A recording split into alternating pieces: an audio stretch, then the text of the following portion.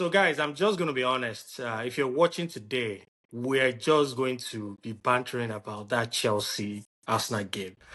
For me, I'm buzzing because if not for that red card that Caicedo got, we'll be having a different conversation. It would Yeah, have been not just a victory, it would have been a victory with a clean sheet. To be honest with you, when I was thinking about this game throughout the weekend before today, I was kind of thinking, well, let's be honest. Even in my pre-match preview, I was saying Arsenal is a superior team. They're at a level that Chelsea is not. They are like one or two steps ahead. But what I saw today, I take that back one game, completely, just one 100%. game, just one game. 100%, I take that back. But before we get to it, guys, let me introduce or let me allow our guest today, special guest, special guest. Let me allow her to introduce herself. First name basis, that's good enough. And the team you support, how long you've been supporting them, and why you still support the team. And then we can get into the conversation. Okay, so hi, my name is EJ, and I am an Arsenal fan. I have been supporting Arsenal for, I would say, officially 21 years, so 2004. And funny enough, Wow. I joined Arsenal after the Invincible season. So as an Arsenal fan, I haven't watched us lift the trophy. So you can tell that That's my loyalty is real. I was like a casual fan of Premier League. I was supporting United briefly. So everyone laughs at me. They said you jump ships. But like, did I? I was like more of an international football fan. So I was watching World Cup games and things like that. So when I okay. officially started watching club football, that was 2008. And I just kind of jumped back to like a team that my friend told me to support. So basically, before 2004, I was a United fan. I was watching David Beckham and Ruud van Nistelrooy, fine guys. After 2004, my friend said, EJ, Henry's the truth. Join Arsenal. So I was like, okay, sure, I'll be an Arsenal fan. And then 2008 is when I officially started watching football matches, like Premier League matches.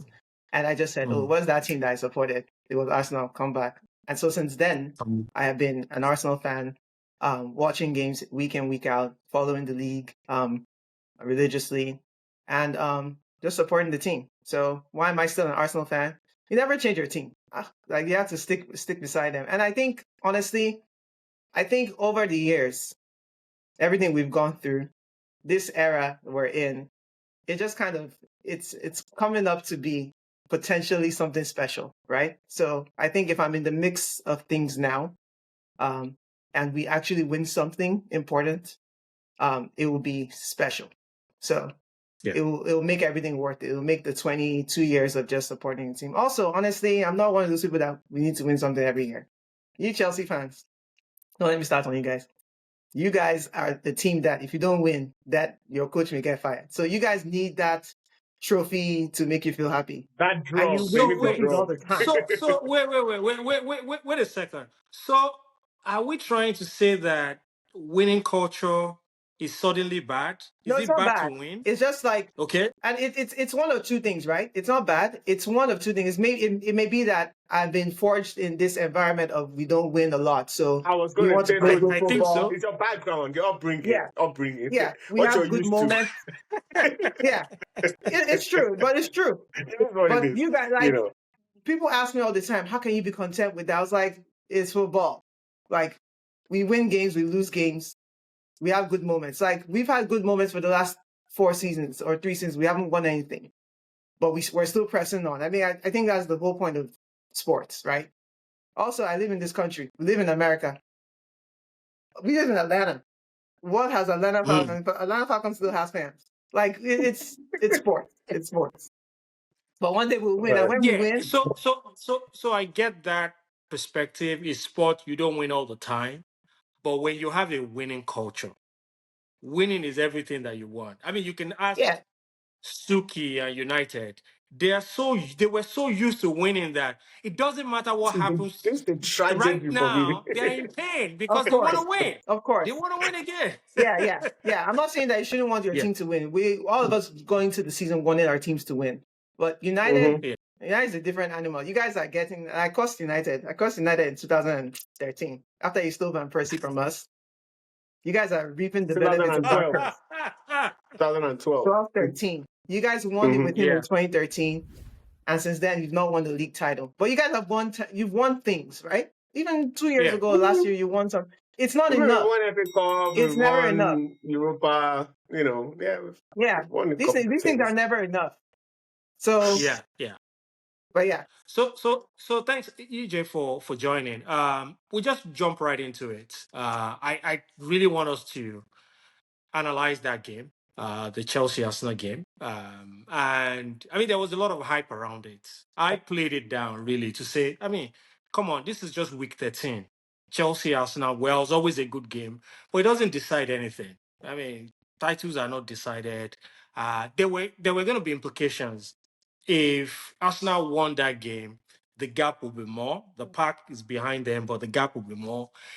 Everyone else apart from Arsenal fans wanted Arsenal to slow down a little bit. You don't want them to win the title in December. So apart from No all those, competition. what do you think? Did the match live up to the hype from your perspective?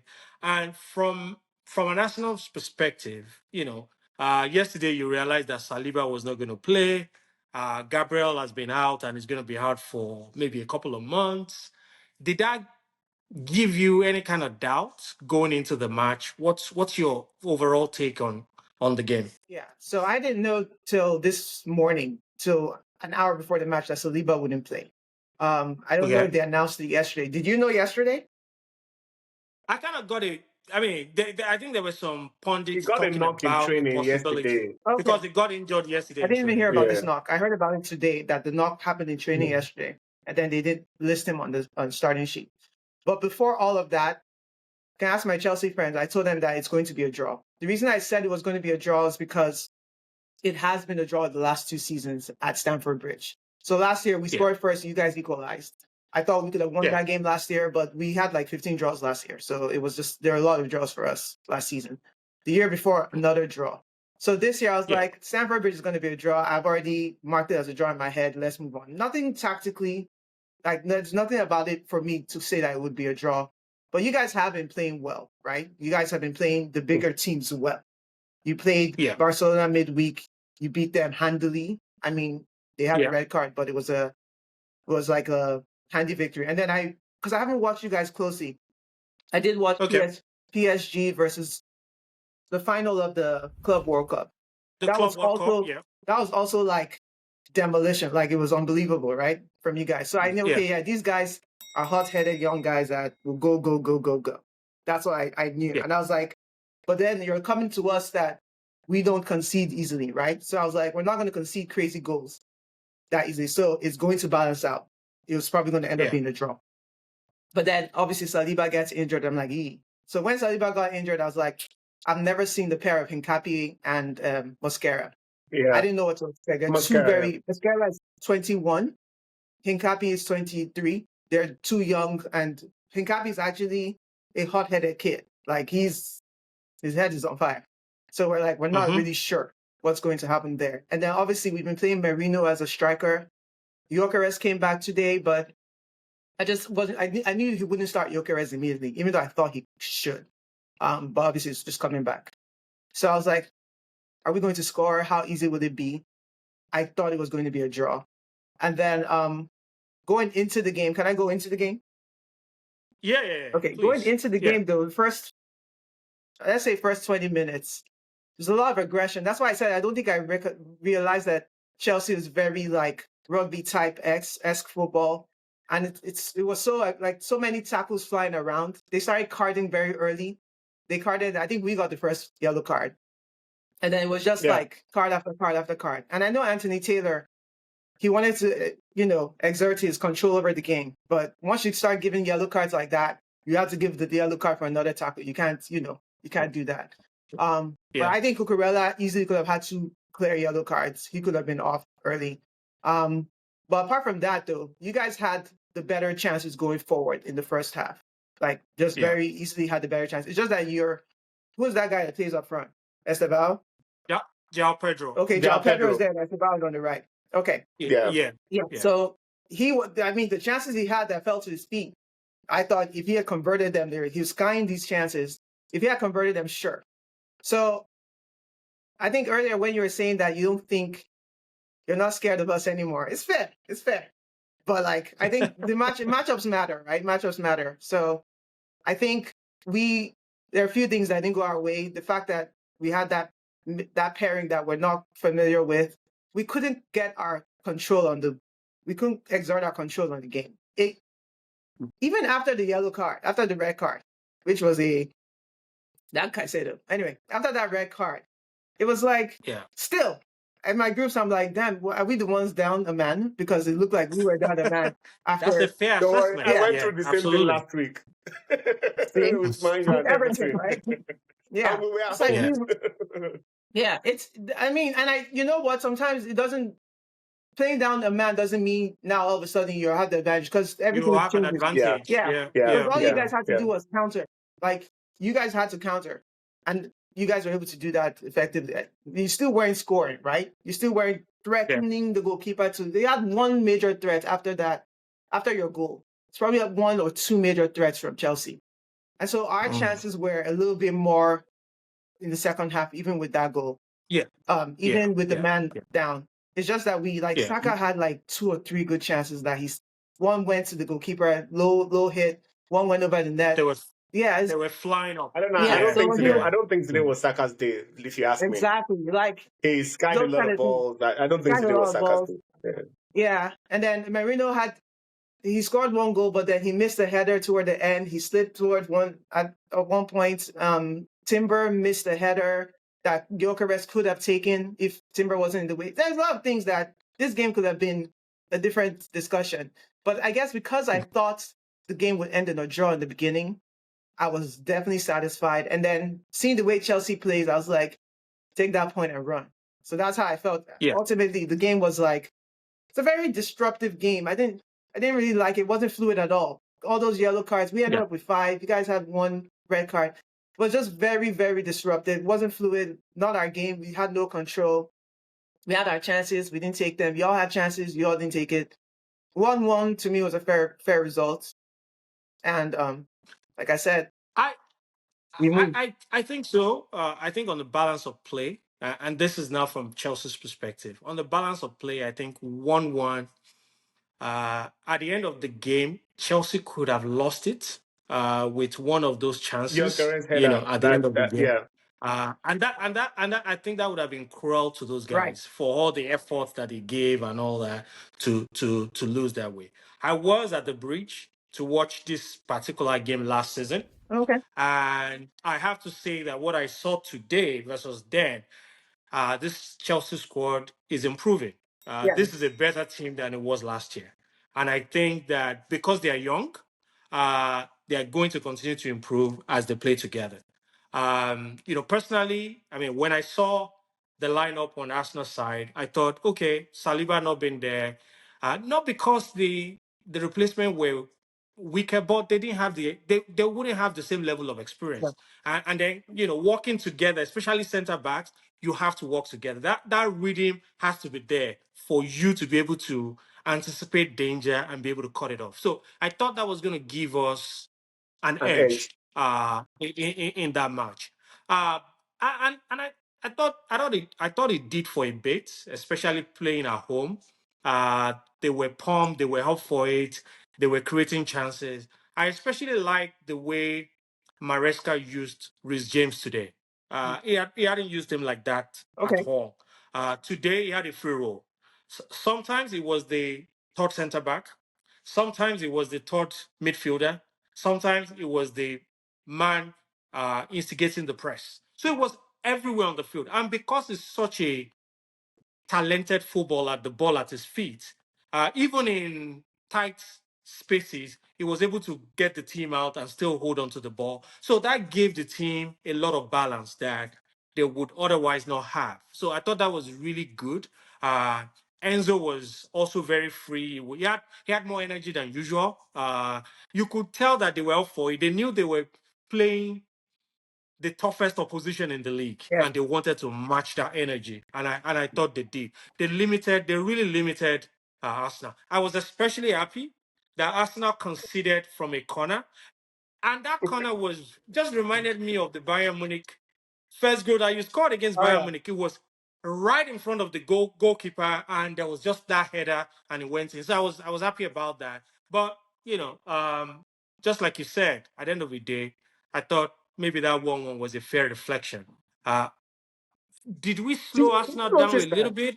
Maybe, Did maybe you we'll did you see. We'll notice see. that? Sorry, I'm so sorry to cut you. When you're talking about the corner kicks, right? But I noticed something about Yeah, Arsenal's corner kicks today. They were very different from what you've normally done.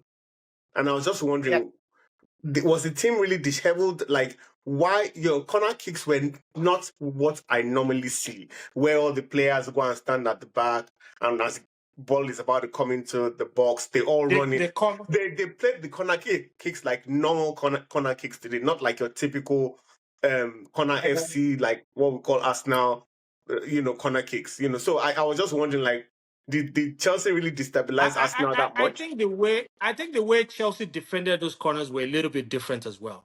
The way they arranged themselves around the box, maybe I don't know, maybe confused or disrupt the flow that Arsenal would have had a little bit. So because I noticed that when I was watching, what's different? How So are I these was guys? yeah, Maybe who absolutely. I knows? was Yeah, thinking maybe Arsenal yeah, and maybe Chelsea did something that didn't allow them to get into their rhythm. And Yeah. just to piggyback on the Gabriel issue, um, when you have when you run a very tight ship like Arsenal is running in terms of discipline, focus, playing football in a way that they have a goal in mind, like we have to play our best football to get the results that we want. When you lose your two center backs, especially one of them just before the game, it's disruptive to the whole team, Absolutely. very Hmm. disruptive to the whole team. The goalkeeper is not confident because it's not, not that he hasn't played with both of the new guys, Mascara and Hinkapi, but it's different. It's not what he's used to. So I think all that in itself was a huge advantage for Chelsea.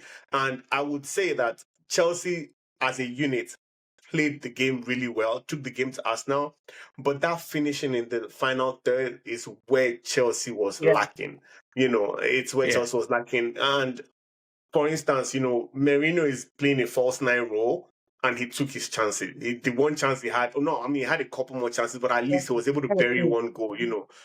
If I actually think I don't know what EJ thinks, but I actually think Marino is the number 9 of that team. He's dangerous. it's Honestly, I Scotland, would they rather always, they play always against score goals. Merino as 9 than Gyökeres.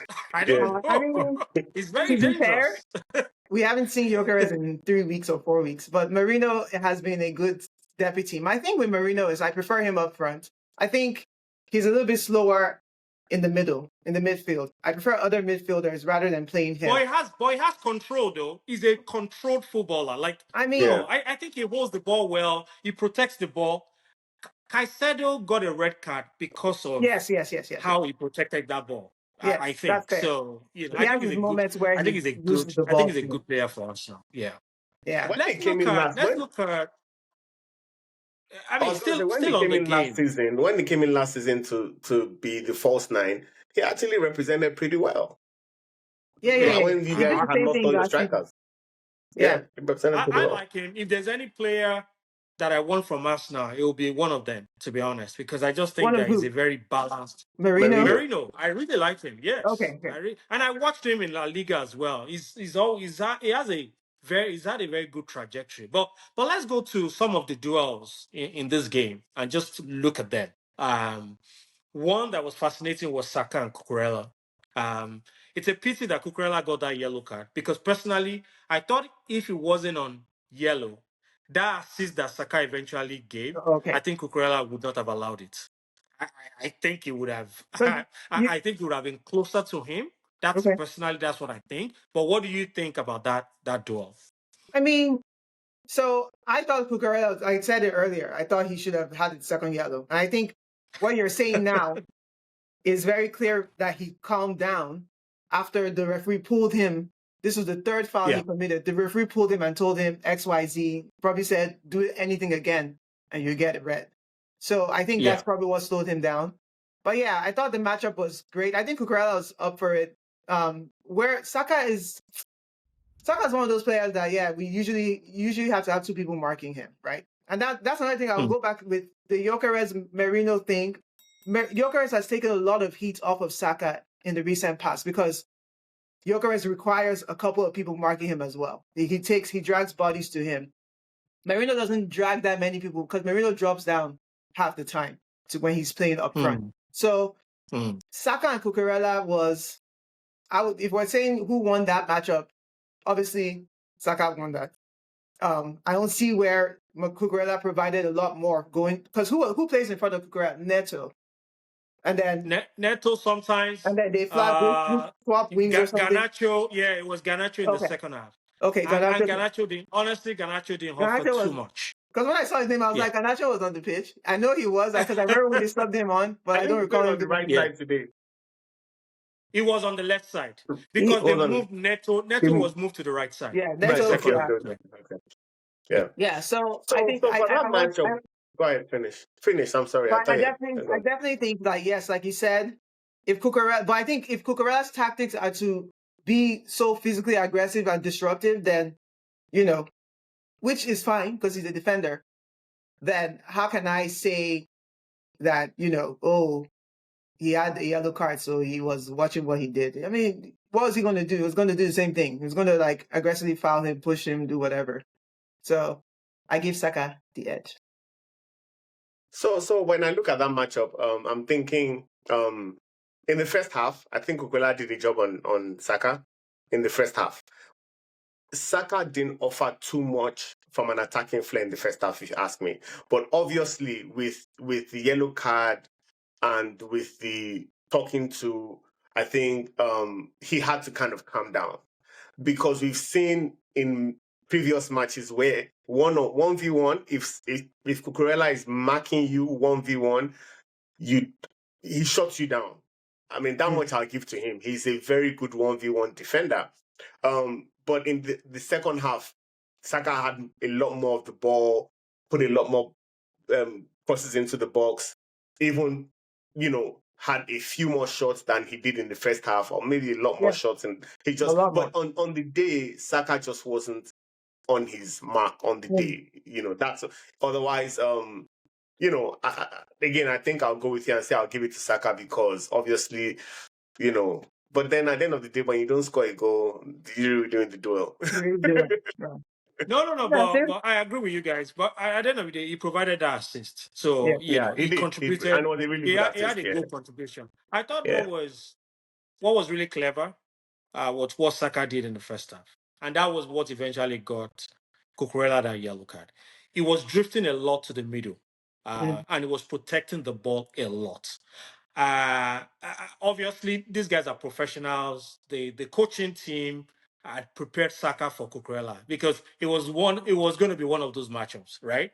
And the tactic was a bit different. He wasn't staying on that right side all the time. He was coming to the middle, was protecting the ball. And the moment Cucurella got that yellow card, his efficiency went down. It was still a bit aggressive until he almost got that second yellow card. And then the efficiency, he had to give space. It wasn't as efficient as it was. And, obviously Caicedo got that red card. We couldn't afford to get another one. That would have been a disaster, today. So I agree. I think on that particular one, I think Saka won. Another one that I saw for a while was James and Eze. Personally, I didn't see Eze in that match. Eze was absent. It was completely neutralized. He was absent. He was absent. It was, and I think kudos to James. I would have given it to Caicedo, but even after Caicedo left the field, Eze was still on the field for a while, and it was still the same result. So I don't know what you guys think, but I thought, James won that one hands down. Eze wasn't effective. James, has he been playing midfield this whole time? That was a right back.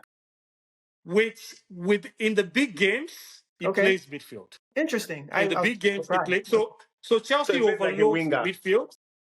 Yeah, Okay. Chelsea overloads the midfield in the big games. Gusto is the right back, and James is just in there supporting Caicedo and Enzo.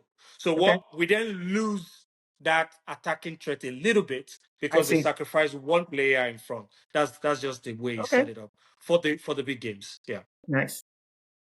yeah. I mean, The left for other me, one is okay. Go ahead. Honestly speaking, I'll be very honest with you. I didn't see Eze in that game. I was looking for him every time. Like, is Eze not going to do something in this game? I didn't see the regular Arsenal team that I normally see. Even Declan Rice, I'm not gonna lie, I didn't see too much of that Declan Rice calmness, the Yeah. midfield, We saw Declan after the composure. red card, but like, No, I thought I disagree. Declan was immense today, actually. yeah, he was good. Man, he was in all sort of tight situations. Our last ditch effort to prevent a goal. It was apart from James, I would take Yeah, but to Declan prevent Rice a as the goal man is of the what you're match. talking about. Me, I'm talking about, you Even know going what forward. Arsenal offers going Or forward. offensively, not much, but That's what I'm saying. defensively I'm talking about and control, offensively. it was good. Defensively, our Yeah, Declan Rice it was always there. Yeah, you know what I mean. But I'm saying that usual Declan Rice, moving the team forward, advancing the team, creating chances. I I didn't see said that today. we didn't have a lot of control of the game. Like, and when Yeah, yeah, we do yeah, usually, you're going to see Declan be a little bit more free. We didn't, and Zubi had a yeah. yeah, yellow card. Do you forget that he also had a yellow card? So, right? yeah. He did. Yeah, Yeah, he he was had a No, taking yellow on. card. Yeah, he had no. the yellow Rice, card as well. I don't think Rice did. Did he? No, No, she said Zubi Zubi Mendy. Mendy, Zubi Yeah. Mendy. Zubimendi did. That's why they took him So Yeah, out. that's He why yeah, they did. took him so out. Yeah, he had to yeah, be careful now. So everyone's falling back a little bit more. Yeah, yeah. I think in the second half when we started playing, we brought Odegaard in, Odegaard, Odegaard. Eze, which I like to see more of that pairing, but it's hard to do three of them because you can't drop Zubimendi. Yeah, I don't Yeah, think they can play No, together. You're going to lose yeah, something in that yeah, midfield. Yeah, yeah. yeah. So, but we could yeah, we could do that for 10 minutes because we're a man up. If you guys yeah. had 10 men, 11 men, and we tried that, yeah, would have been. But no. So Yeah. Rice had to sit back even a little bit more when Odegaard came in. But yeah, like I said, it Yeah, wasn't like okay. I mean, we're just yeah, I mean, disrupted. let's wrap this up. I think we go back to how we started on the balance of play. I think a draw was a fair Fair. result. What I'm now looking forward to, like you made references to the past games between Chelsea and Arsenal over the last few seasons. It's been draw at Stamford Bridge, but Chelsea has been losing when they go to At Emirates. Emirates. So I want to see what happens towards the end of the season when Yeah. Arsenal eventually goes to Emirates. If they can challenge and put up a game like this, then I can say that okay, maybe this team is getting to it. Maybe Yeah. next season we can then begin to think about challenging for the title. Yeah. You mentioned that if Cucurella didn't have a yellow card, he would have challenged more for that Merino goal, Yeah. right? Yeah. Arsenal can argue the same that if Saliba was on the field, he would have headed that ball that came in as a corner because Oh. Saliba. Of Mascara was course. Of course. Mascara was focusing on Of the course. wrong thing. In like Yeah. for Chaloba's goal, Mascara was focusing on Yeah, Enzo. When you're right there, the ball Yeah. came past you, So yeah. Yeah. Yeah. So that's Yeah. yeah. Okay, let's leave it there. We have a few more minutes just to touch on the two other games that we were looking out for over the weekend. Everton, Newcastle, and Crystal Palace United. I'll start with Crystal Palace United because I want Sukkie has been supporting us in all the the conversation so far. I want him to be the main. When I saw this game first half, I said, and especially when Crystal Palace scored, that from the spot kick, I said, "Oh, here we go again. United is going to lose this yeah, game." And I thought Crystal Palace also needed to react because they lost. They lost on Thursday, and it was a bad loss. They could have at least played out a draw in that game, but they lost. A reaction was needed. But what I saw in the second half from United was very impressive. They were up for it. They sensed that they had the upper hand and they did not let their feet off the gas. They kept pressing until they got that second goal. And once they got the second goal, I think Amorim is learning. he closed out shop. Oh He yeah. limited Crystal Palace, and that was the end of the. Yeah. You Yeah. know, 6 months ago he would still be doing fancy stuff, and the opponent will equalize. So I think there's progress there as well. Suki, I don't know how you saw that Yeah. game. So I mean, in the first half, first of all, I've been watching Joshua Zirkzee and I've been very, very concerned about his lack of confidence. Mm. You know, when I look at Joshua Zirkzee from last season, he holds the ball, he dribbles, he advances the play. Now Joshua Zirkzee just wants to give you a quick pass. You know, he just wants to get the ball off his feet very quickly. You know, he's losing the ball. He was losing the ball a lot in the first half. And so I was like, this guy is very low on confidence. But then I'm thinking, who is going to replace him? So I'm thinking, okay, this guy is low on confidence. Let's rely on Mbuemo for that first half and see what can happen. But Mbuemo himself was not on the day. It wasn't one of his better days, you know. Yeah. But you know, if you go into the second half, I think there was a talking to, obviously, in the locker room, in the dressing room, and obviously he came back, he seemed a little more confident. Somebody must have told him you need to take the ball and take your chances, you know.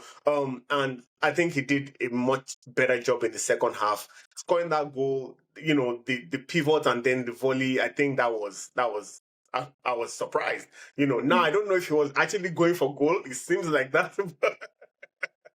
You know, but yeah, I mean, but generally, and I I also thought it was noticed going that. for goal. I thought it was going Well, for I goal. mean, it I seems like mean, that, it you went know. in the net.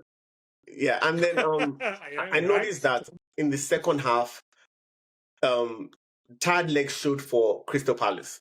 Mhm. You could see that they had the third legs, and so they crowded that midfield. And I noticed that Mane was bypassing that midfield with the long balls on the wings, and also it was so hard to play out from the back. But I noticed that today Mane was insisting on playing out from the back. But if a lot of short passes and we found ourselves in the final third. So I was impressed with the second half. I would not lie. The way they moved the ball in the second half. I mean, we scored, you know, the set piece for the second goal, which there's some kind of argument about, but the referee had blown his whistle. So I mean, good to go. You're still setting up your wall 5 minutes after the Right. foul was committed, I think. You know, so I mean, altogether, I like the performance in the second half much more than I did in the first half, but I still think we have a lot to do in terms of, I mean, Crystal Palace played the same formation as we did today, but they played it better, if I'm going to be honest. Mm. We came out on top, but they played it better. You know what I mean? They were more fluid, they were more confident, they understood the system a lot more than we did. So I think there's a lot of improvement yet to come to Manchester United team for us to go into games more confident. I go into every game now wondering what is going to happen. I predicted we're going to lose this game 3-1. You know, and a lot of Man U fans didn't argue with me. So we're all pleasantly surprised that we came out on top. So I mean, kudos to the team. They did not fold. That's one thing I'm seeing again this season. Normally, when we go down, we fold, we crumble, and then all of a sudden we're 3 goals down. You know, so I mean, they did not fold. They were able to rally themselves together, come and then go after it in the second half. So yeah, kudos to the team for that. You know. Yeah. Yeah. Yeah. Yeah. And then the last game was Everton Newcastle. I was totally surprised by the outcome of this game. Um, Newcastle, I mean, because I predicted that Newcastle was going to be a draw at best, because Newcastle, this is their first away win since the beginning of the season. Yeah. They've been so poor away from St. James's Park, and I thought, I mean, going to meet Everton at home, Everton was going to be up to it, especially off the back of what they did at Old Trafford on Monday. So I was really surprised. But I think what I saw from a Newcastle perspective was that a lot of their injured players are coming back. They are getting into the team and they are playing well. Miley was very good in the midfield. Tonali did not play. And, you know, that midfield of Guimaraes, Joelinton, and Tonali, we've said it over and over on this show that it's probably the most best functioning midfield in the Premier League. And Yeah. without Tonali, it was still as good. Elanga, I thought, played his best game for Newcastle, period. It reminded me of Elanga at Nottingham Nottingham Forest, Forest. who would take the ball and just run. His best asset is the speed. Yeah. And recently, this guy has not been running. What's going on with it? He went back to the same Elanga that we saw last season, and it was explosive. So, and they came out as a unit. They scored early. They scored a second goal, and they didn't look back. And they capped it all with their number 9, that Watermade. That guy, or Watermada, that guy is beginning to be one of the informed strikers in the Premier League. See the way he Well took that taken goal. goal. I mean, it Well was taken goal. confidence. It was oozing. Someone in prime form. I mean, they had a really, really good game. The only positive for me for Everton were, one, it wasn't like they didn't play well. They actually did play well. They just did not capitalize on the chances that they created. That's number one. Number two, Barry, who is their striker, Yeah, that's what I right was gonna say. now is not a Premier League standard. I don't know why No. he's betting Beto, but he's not just at that level. He let them He's not down. confident at all. At He all, at let them all, at down a all. lot yesterday, and At all. yesterday's game is going to do more damage to his confidence. But on a positive note, Drewsby All is playing, The game of is in the ball of form his of his life. life. Oh my God. The goal he scored, Oh my oh my goodness. God. Well taken goal. It takes someone who is confident to score that goal. The way he took it, the space he created for himself in a tight corner, and the way, I mean, it was beautiful to see. But it was one of those days that David Moyes had a bad day in the office. They lost the game. They have to dust themselves up again. I think they can do better. We'll see what happens to them in the next game. Anything to add to that? Yeah, I think it was a very straightforward game. I think I think you said it all. Grealish, I mean, like you said, they played well, but on the day I watch out for players that help the team and carry the team, and I would say that Grealish didn't offer much in this game. He tried, Yeah. but he just didn't. He didn't offer much in this game. Instead, he was fighting with the referee. Yes, and I think Barry, like you said, I was going to talk about Barry. Like his confidence is so low. Even his demeanor on the field, he showed. I mean, and if we are seeing it all the way here, sometimes you wonder what these managers see that we don't see. I mean, what they see in training and all of that. So I can't argue, but I'm thinking, Beto was not doing badly at all. Beto is, like put him there and let Beto him. also loses. Beto's all-round play as a striker is better. His movement troubles defense, but Beto is also not clinical. Yeah. Beto needs 10 chances to score one To goal. score one, That's the problem. Yeah. That's the problem. So, I mean, Barry scored the goal. Anyway. I was really hoping that his goal would stand just for his sake. He scored the goal that was disallowed. He used But his because hands the to goal, control the ball. yeah. I mean, So come on. I really That's was part of hoping the that. problem when you got low on confidence. So Yeah. So let's wrap this up. It's a short match week because there are games midweek as well. Tuesday we start watching Premier League again. I love it. Sometimes I'm wondering, do I have another job for this Premier League? Unfortunately, I do. So, so we picked 3 games, and I just want to hear your predictions for those games. Fulham will host City. What do you guys think the results will be? Who's going to win that game? I see City win there. Yeah. City win that You game. see? Fulham can trouble people, but Fulham overall, was good against Spurs, but it was Spurs anyway. That's That's Spurs. Not about Spurs. And I was anyway, continue. Anyway, I'll not talk now. yeah, I think.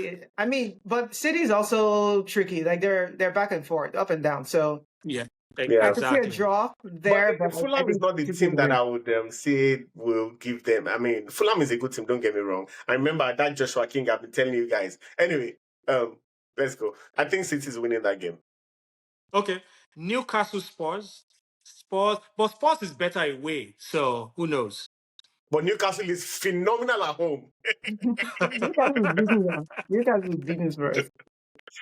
Yeah, But I but think but Newcastle really, will why are win we this even one. looking at all these Spurs games? Spurs is not giving us any joy. Now let's look at other games that will give us joy.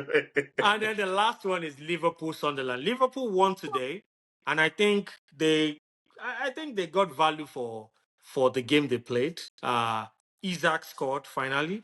Yeah. They kept a clean Clean sheet. sheet, yeah. And like I saw Sunderland what is I saw not. today from But against Liverpool was West Ham, against the useless West Ham, though, please. yeah. West Ham didn't have a shot on goal. Liverpool was Useless they West were Ham, very please. relieved to get that game. I remember they defended like after they scored the goal, like 60th minute they were subbing on defenders to like see the game through. So that's a team that has minus 20% confidence right now. They're not sure. Yeah, And honestly speaking, Sunderland is I will going to not. beat I'm not. I them. mean, I'm not going to. I'm not going to hold the man down when he's down or whatever. But Liverpool is still not nowhere near where they need to be because they had of course not. so many chances in that Yep. game, and for you to score only two, it just shows that it was against the useless West Ham. If they allow Sunderland to score first in this upcoming game, they might be in trouble again. Oh yeah. And So Sunderland will score second too. It doesn't matter. Sunderland is crazy. Sunderland Arsenal is just good played at them home. was They are like really, really good at home. They are really good at home. Sunderland So is crazy. this is an away game for them. But Liverpool is not that great at home either. Yeah, Um, yeah, but I would say that Sunderland, they show up for the big games. yes. yeah. They Oh, show up for the Yeah, big games. Yeah, they do. so They do. They do. Yeah. you never know what Oh, you're gonna get. Yeah, so all right. EJ, thanks a lot for your analysis, especially hearing that Arsenal perspective was refreshing. I have to be honest. It was a bit different from what I've heard all day. okay. Arsenal fans are sometimes too cocky to recognize I hear when it they all the don't time. do as well. Yeah. So thanks for that. hey, Thoroughly thanks for enjoyed the coming to the show. You're conversation. the first female guest we're gonna have on the Oh, show. really? So we're And glad to have you. yeah. And I'm clapping. Thanks for Thanks for having me. thanks for Absolutely. coming. I'm sure we'll bring Yeah. you back sometimes. Thank you. Sure. Thank you so much All right. for Take being care. here. Guys, if you haven't subscribed yet, so just hit that subscribe button and set the notification so that you don't miss any of our episodes. Hey, EJ, thanks again for coming. Thank See you you. again next time.